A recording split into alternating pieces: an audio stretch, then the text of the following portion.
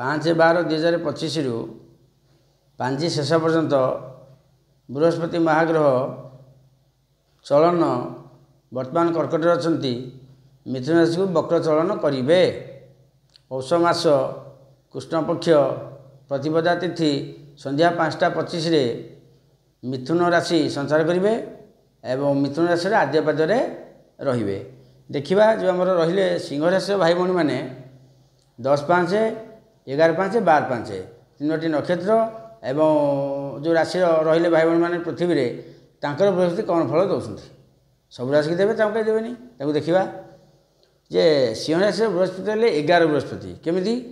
ना सिंह, कन्या, तुला, बिछा, धनु, मकर, कुंभ, मीन, मेष, वृष, मिथुन 11 स्थान बृहस्पति रहिले गोचर फल स्थित फल नुह रहिले किंतु बृहस्पति हूँ सिंह राशि पंचमाधिपति एवं अष्टमाधिपति।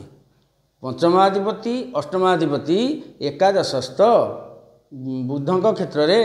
बृहस्पति शुभफल निश्चय सिंह राशि भाई भाई मैंने पाँच 4टा ट्रक किणाबनी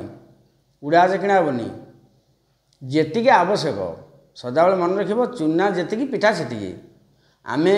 आमर घरे अच्छी 5 लाख आम 20 कोटी काम करिया बृहस्पति कौन करेंगे सी नुह से सब ठीक नुह। 11 बृहस्पति माने प्रत्येक कार्य सिद्धि हम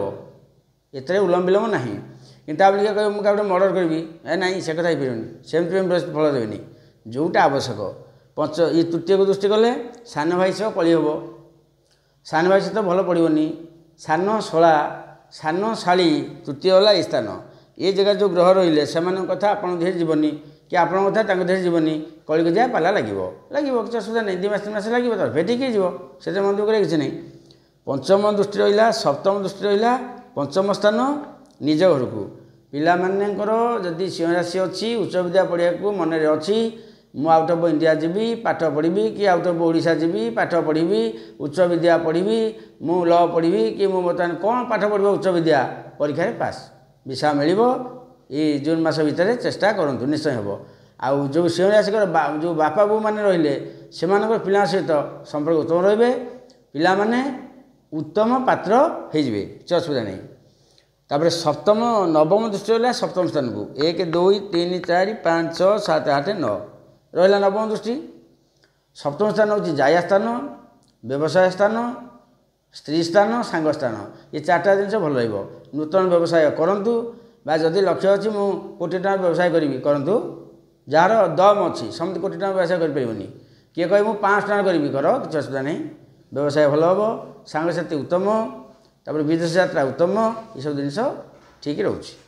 जेहेतु बृहस्पति एकादश को आसती सिंह राशि भाई भाई मैंने निश्चय उत्तम फल पाँच एते टिके बालाताला ना। फिर देखा परवर्ती राशि